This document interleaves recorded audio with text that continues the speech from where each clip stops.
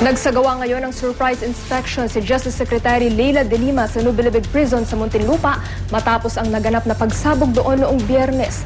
Ang ilang opisyal ng bilibid sinibak sa pwesto.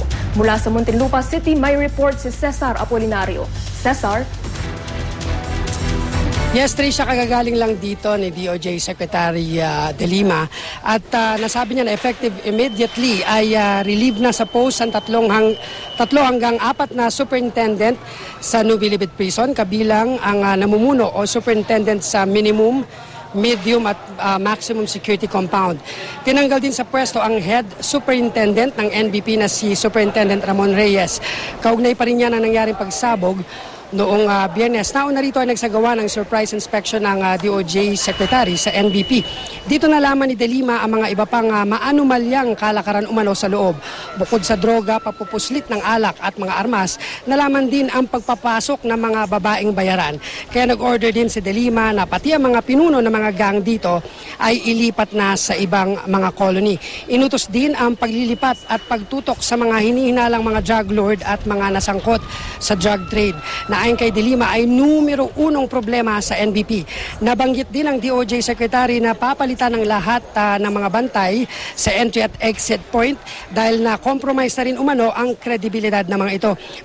May balita pa umanong kumikita ang ilan sa kanila. Hindi na rin daw uubra ang pagririgo doon sa mga pwesto dahil sa malalim na problema ng NBP. Kung iririgo doon ay posibleng maulit din daw ang nangyari dahil iikot lang sila ng pwesto. Sa ngayon ay pirma na lang niya ang iniintay para sa may 140 hanggang 170 na bagong prison guards na ipapasok sa NBP at ipapwesto sa mga colony rito.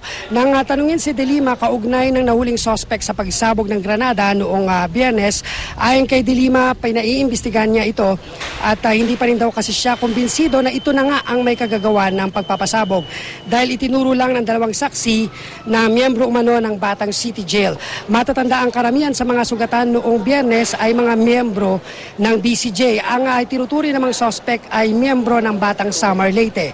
Hindi isinasantabi ni De Lima na posibleng nagtuturuan lang ang mga ito at baka humantong sa pagtuturo sa maling tao. Dahil dyan nakipag-ugnayan na si De Lima sa NBI para tingnan kung magagawa ng paraan na matukoy ang pagkakakilala ng suspect na nakita sa CCTV.